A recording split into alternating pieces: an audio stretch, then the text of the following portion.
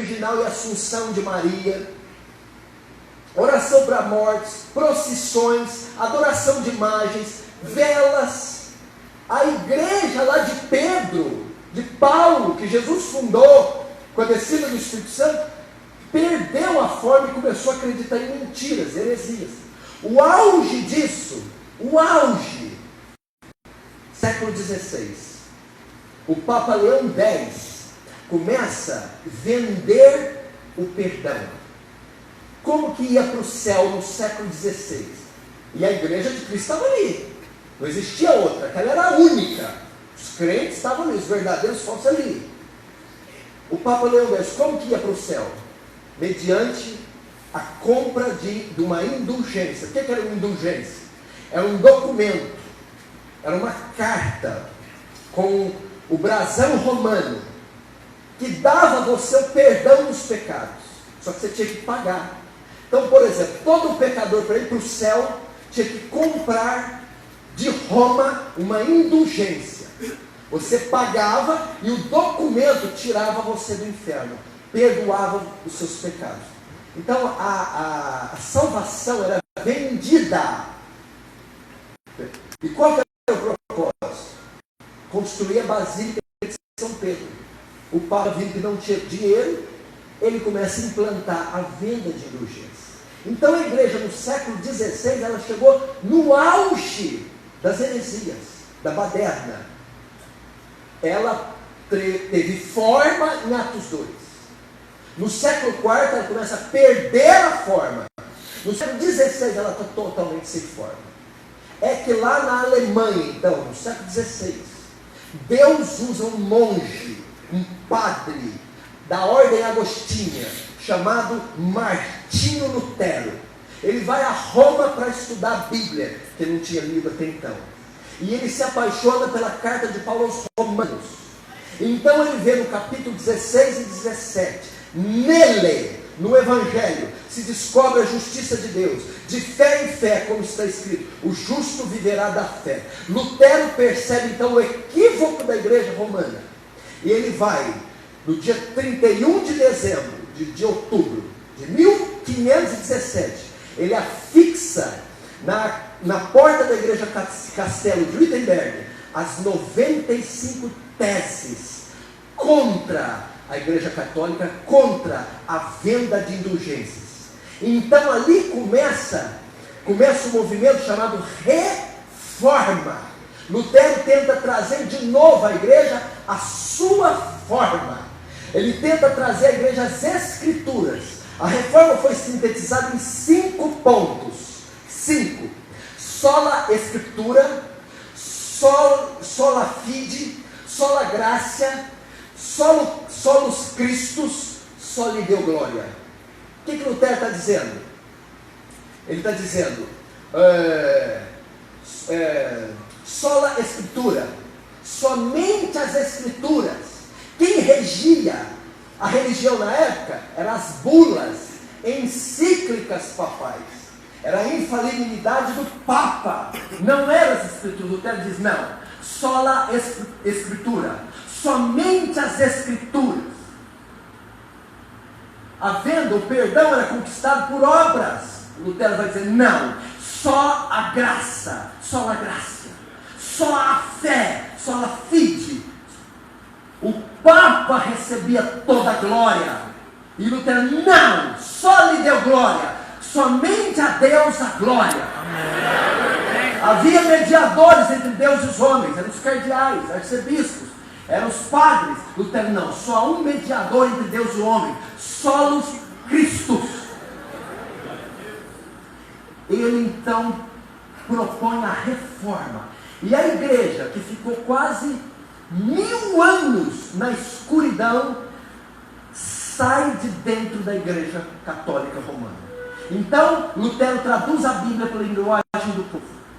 O povo agora tem acesso às Escrituras. Eles queimam as imagens, destroem crucifixos, rasgam as indulgências. Agora eles descobrem que a salvação é pela fé, que só há um Deus, o mediador de Deus, o homem, Jesus.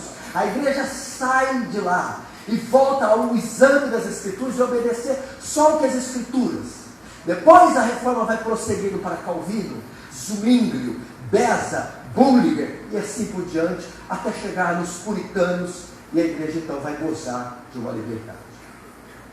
Por que eu estou dizendo isso?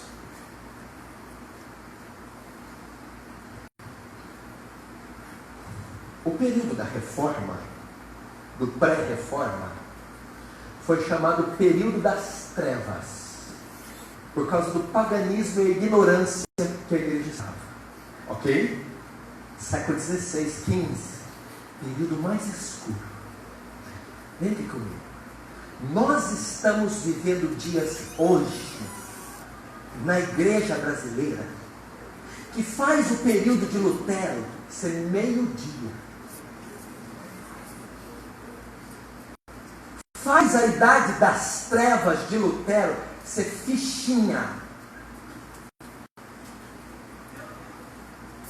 Você está vivendo no pior momento da história da igreja mundial. Eu falo mundial de todo mundo. Nós necessitamos, não é hoje, é para ontem, de uma nova reforma. Por quê? A igreja está perdendo a sua forma. Perdeu-se a ideia hoje do que é ser cristão. Perdeu-se a ideia do que é uma igreja. Perdeu a ideia de que é um culto. Perdeu completamente a identidade. Você não tem ideia o que está acontecendo. Eu viajo o Brasil, o mundo inteiro para pregar. Os cristãos perderam a identidade. Os cultos perderam a identidade. As igrejas perderam a forma. Agora, nesse instante, tem dezenas, milhares de igrejas fazendo cultos. E elas estão adorando outro Deus. Não é o Deus da Bíblia. Elas estão cometendo idolatria. Elas criam um Deus com a sua mente, com o seu ventre, e elas adoram o Deus que elas criaram. E elas querem este tipo de Deus. Não é o Deus da Bíblia. Não o grande eu sou, o Yahvé.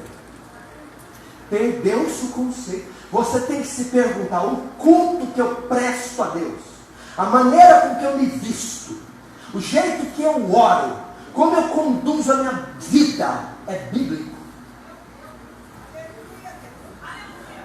É bíblico. Mas pastor, mas me faz bem. Eu não estou perguntando se te faz bem. Pastor, mas dá certo. Eu não estou perguntando se dá certo. Estou perguntando se é certo. O espiritismo faz bem. A macumba faz bem. Tem um monte de religião que faz bem. E nem por isso Deus aprova. Nós precisamos de uma reforma. Lutero quase morreu. Lutero chegou a chamar o Papa de anticristo. Lutero pegou a Bíblia inteira, traduziu para o alemão. Agora todo o povo alemão vai ler a Bíblia. E ele descobriu o quê? Lendo a Bíblia, que a salvação não é por venda de indulgência pela fé. Que o mediador entre Deus e o homem não é Pai, é Cristo. Que Papa não é ligado de Deus coisa nenhuma. Não pode prestar. Hebreus 9:6, o homem extraordinário morreu uma vez, depois do juízo. Então ele vai limpando a igreja das heresias. E os outros reformadores, obviamente, vão aperfeiçoando. Por quê? Porque tudo que se cria na época era mentira, era engano, era heresia, era distorção. Agora deixa eu perguntar: como é que você sabe que aquilo que você crê é verdadeiro? Como é que você sabe que a fé que você professa é verdadeira? Se você não se debruça nesse livro, você não pode saber. Por que as pessoas acreditavam naquilo durante quase 1000 anos? Porque elas não tinham acesso à Bíblia, não tinham a Bíblia na língua delas, a missa, a homilia, a pregação não era feita na língua delas, elas não podiam saber. Você tem 10 traduções de Bíblias diferentes. centenas de traduções na internet, 200 mil CD de Bíblias faladas. Você não tem a desculpa que eles tinham da ignorância.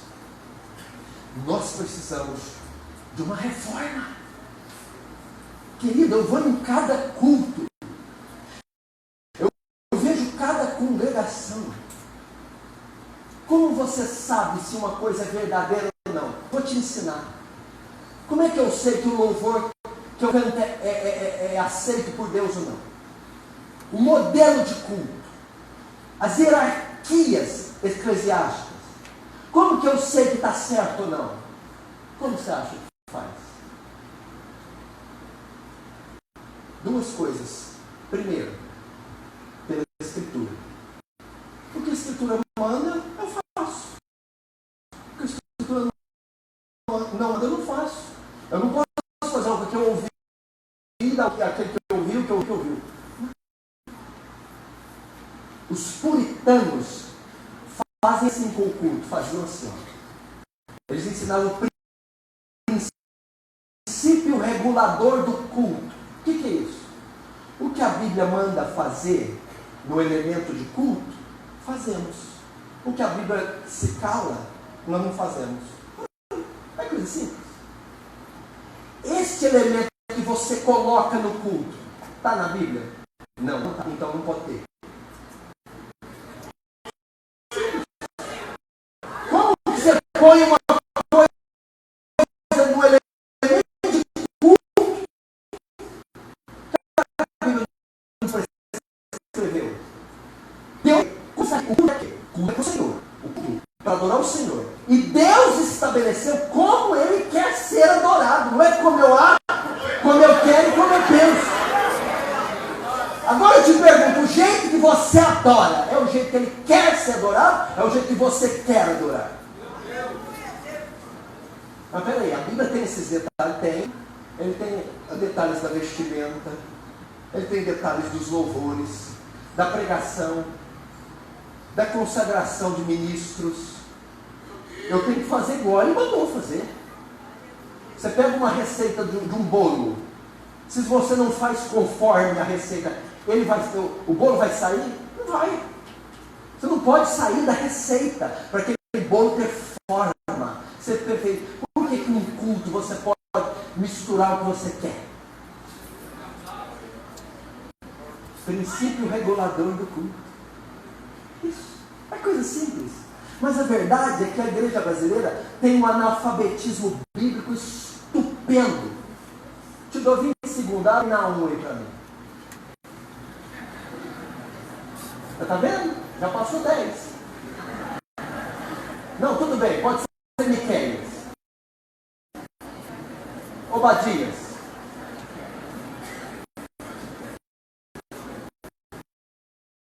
Você está vendo?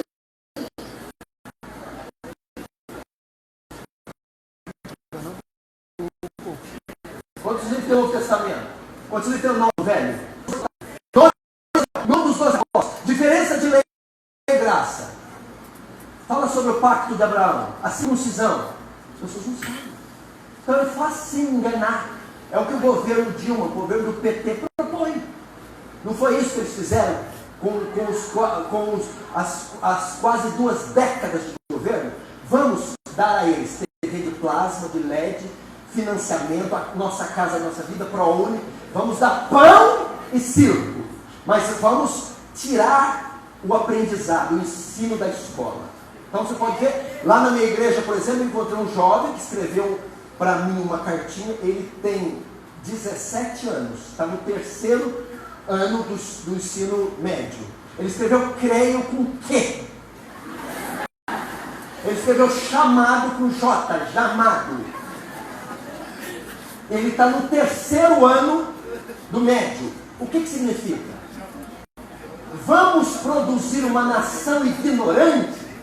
Que um povo ignorante é facilmente manipulado.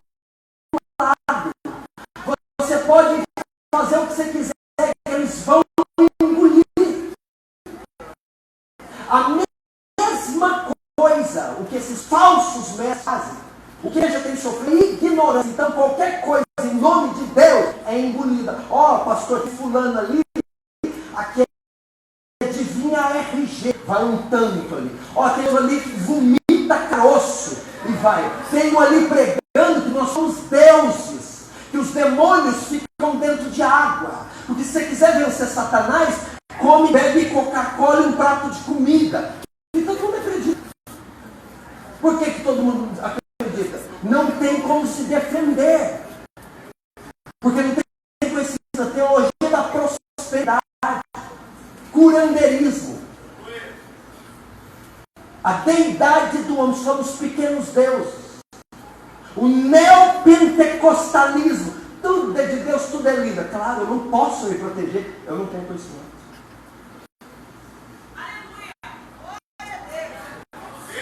Querido,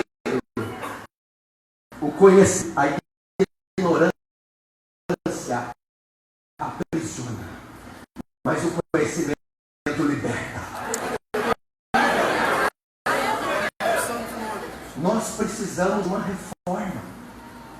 Esse país nunca foi tão assediado pelos falsos profetas norte-americanos como está sendo. Só que eu não vou tratar disso, senão a gente fica aqui 5 horas e vai faltar ainda, vai sobrar assunto.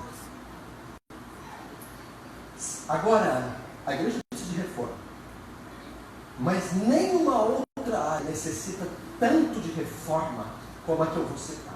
Nenhuma outra. Ela precisa de uma reforma total. O que é isso? Voltar à forma. Qual forma? A forma das Escrituras. Porque ela novamente perdeu. A hora que eu falei que o tempo das trevas, nosso tempo faz o tempo das trevas para ser meio-dia, assustado. Mas como assim? Você está falando que nosso tempo está só isso. Papa Leão X vendia o perdão dos pecados. Isso não é uma blasfêmia, isso não é heresia. Você pegar um inocente, vai dar todo o dinheiro, e você dá um documento vendendo perdão. Como que o senhor diz que hoje está pior? Olá, querido, no século XVI, ainda se vendia, ainda se negociava, a heresia, a blasfêmia, era com algo ligado à eternidade. Ainda se vendia a eternidade. Hoje, a eternidade não está com nada. Hoje se vende aqui, é na terra.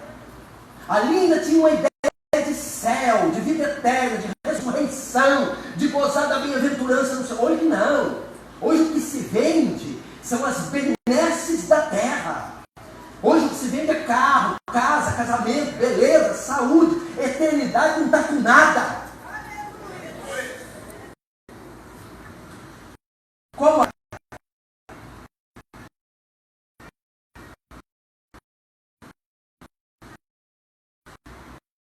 eu vejo a maior necessidade de reforma. Nenhuma outra área. Soteria. Do grego soteria. O que quer dizer soteria? Salvação. Soteriologia, a doutrina da salvação. Porque eu posso ensinar para vocês N doutrinas.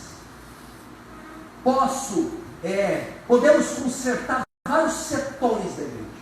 Mas se nós não consertarmos essa, os demais não têm proveito algum. Por que soteriologia?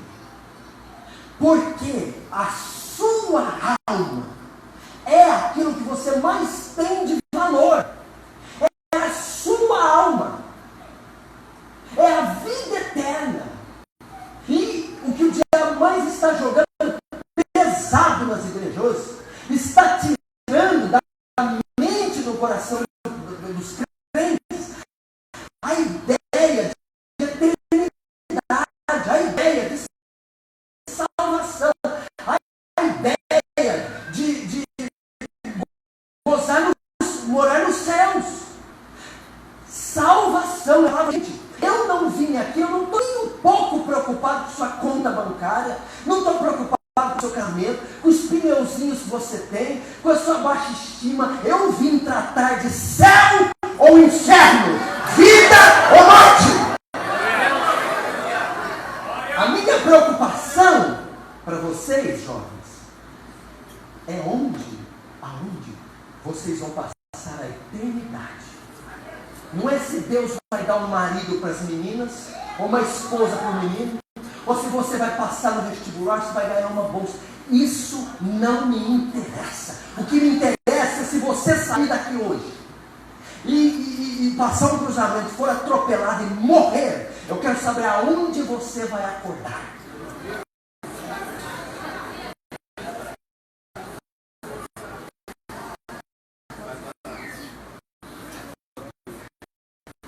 As pessoas não estão preocupadas com isso. Eu quero vitória, eu não quero vitória porcaria nenhuma. Eu quero vitória, eu quero cura, eu quero carro, eu quero morar no céu.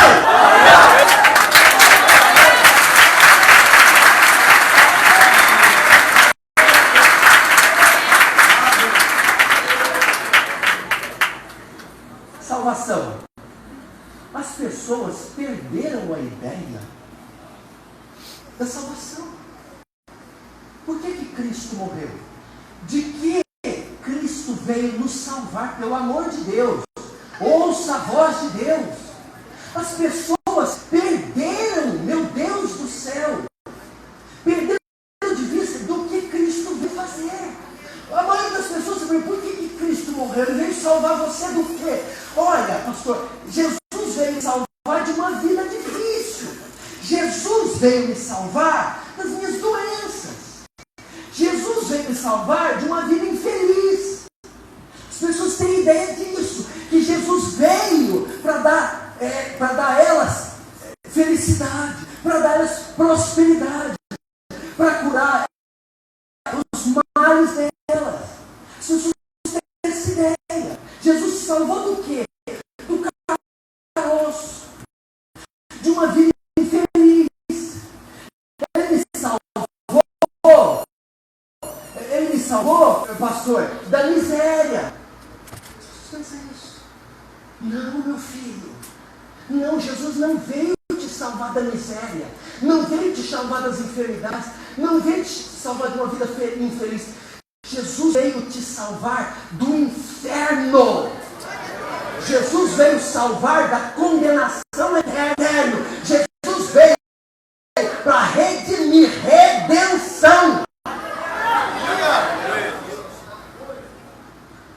Qual a última vez que você ouviu um sermão de 1 hora e meia sobre o inferno? É pecado pregar sobre o inferno? As pessoas não têm medo do inferno. As pessoas não falam do inferno. As pessoas nem sequer acreditam que existe um inferno. E você sabe por que não é ensinado sobre o inferno? Porque o inferno não combina com as ideias da igreja moderna.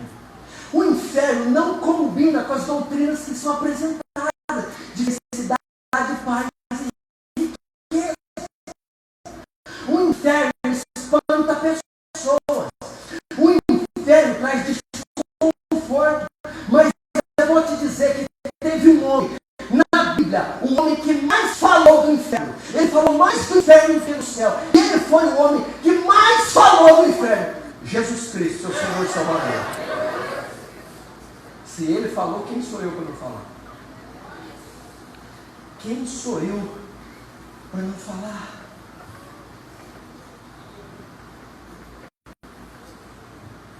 Por que não se fala? Porque as pessoas não acreditam. Você pode não acreditar. Outras não aceitam. Eu não aceito o inferno. Você aceitar ou não diminui a chama do inferno. Eu não concordo com o inferno. Você concordar ou não apaga as chamas do inferno. Eu não acredito que haja um inferno eterno, chamas. Você não acreditar não diminui a temperatura do inferno. O inferno é real, o inferno é bíblico, o inferno é atual. Existem 4 palavras gregas para o inferno. Uma hebraica, Sheol,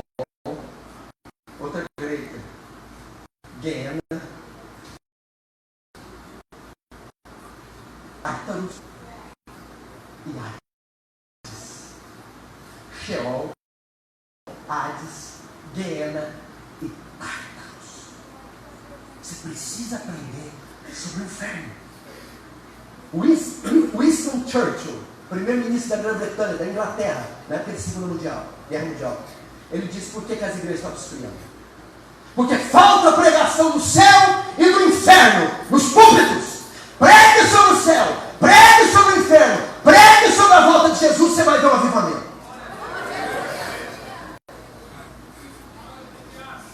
O inferno. Sabe por que a doutrina do inferno foi esquecida?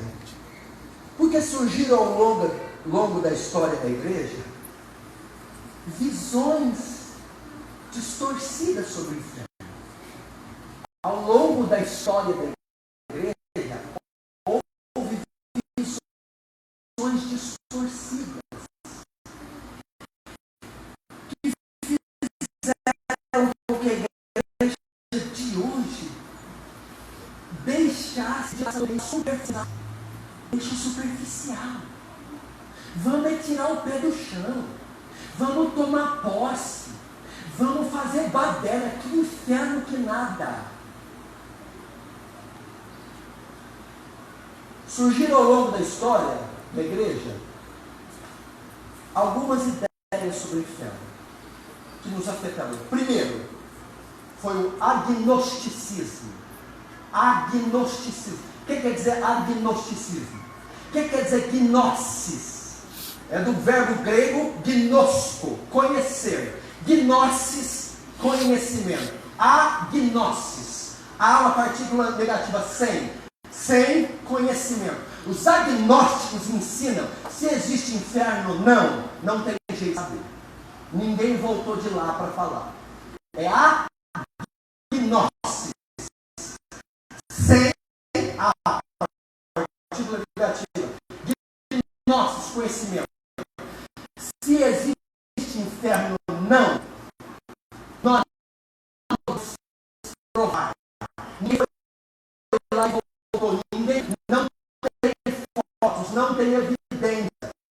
A gente entrega o inferno porque não tem evidência. Não vê. E os gnósticos não creem na Bíblia. Porque o que a Bíblia fala é a verdade. Então, se eles lessem, eles acreditariam. Mas eles não acham que a Bíblia é inerrante e infalível. Júlio César, por exemplo, o imperador romano, era agnóstico. Ele acreditava que o inferno não existia porque não podia ser provado. A segunda corrente sobre o inferno é o aniquilacionismo. Primeiro, agnóstico. Se tem inferno ou não, nós não podemos saber. Não tem jeito de saber. É um conhecimento que Deus não usa. Então, a maioria das pessoas não crê no inferno porque não tem prova. Os ateus, por exemplo, os ateus são agnósticos. Por que Deus não existe? Essa pergunta para um ateu. Ele fala, é impossível saber, não há prova suficiente, ele não se revelou. Há sem conhecimento, não tem conhecimento de Deus. Então o ateu é agnóstico. Então não crê em Deus nem no seu inferno. A outra corrente que veio ao longo da história é o aniquilacionismo.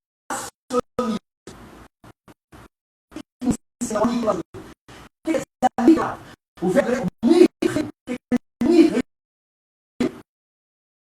aniquilar, reduzir a nada. O que os aniquilacionistas ensinam? Olha, quem é crente, quem é salvo, morre, vai para o céu.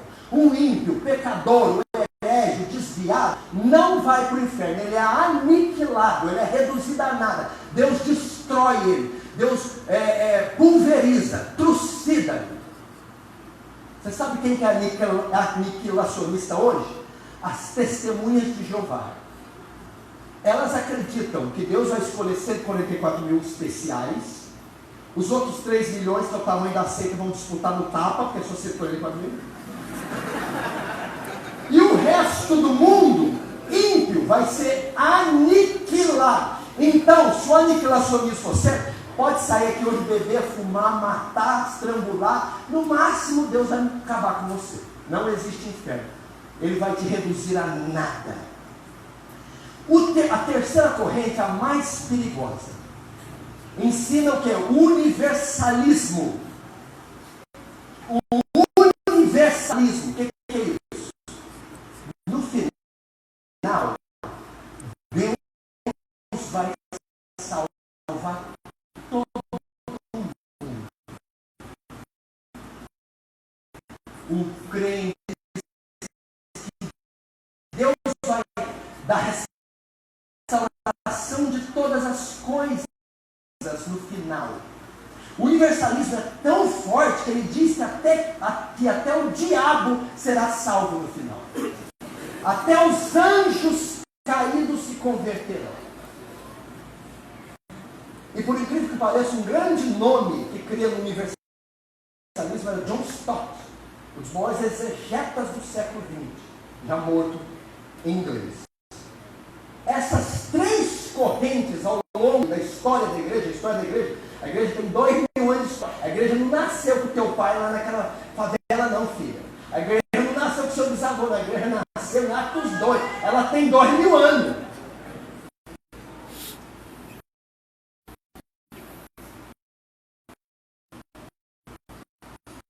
Essas três correntes tiraram das pessoas o medo,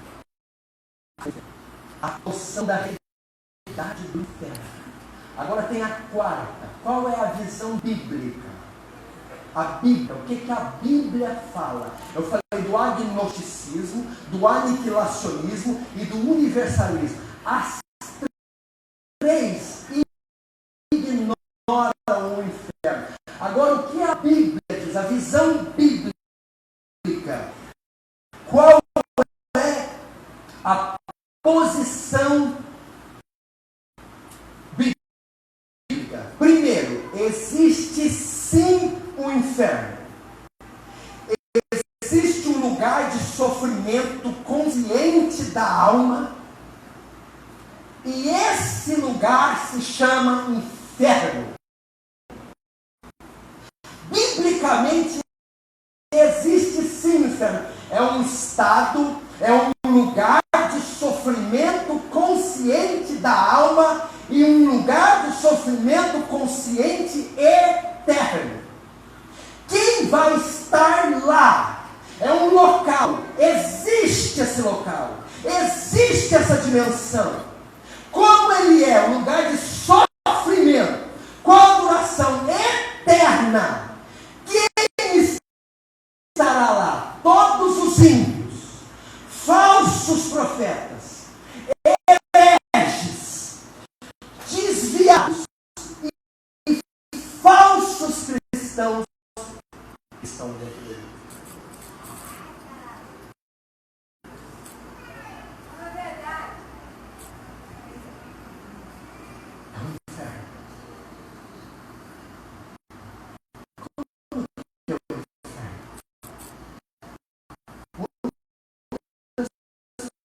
Pessoas sem luz, escuta.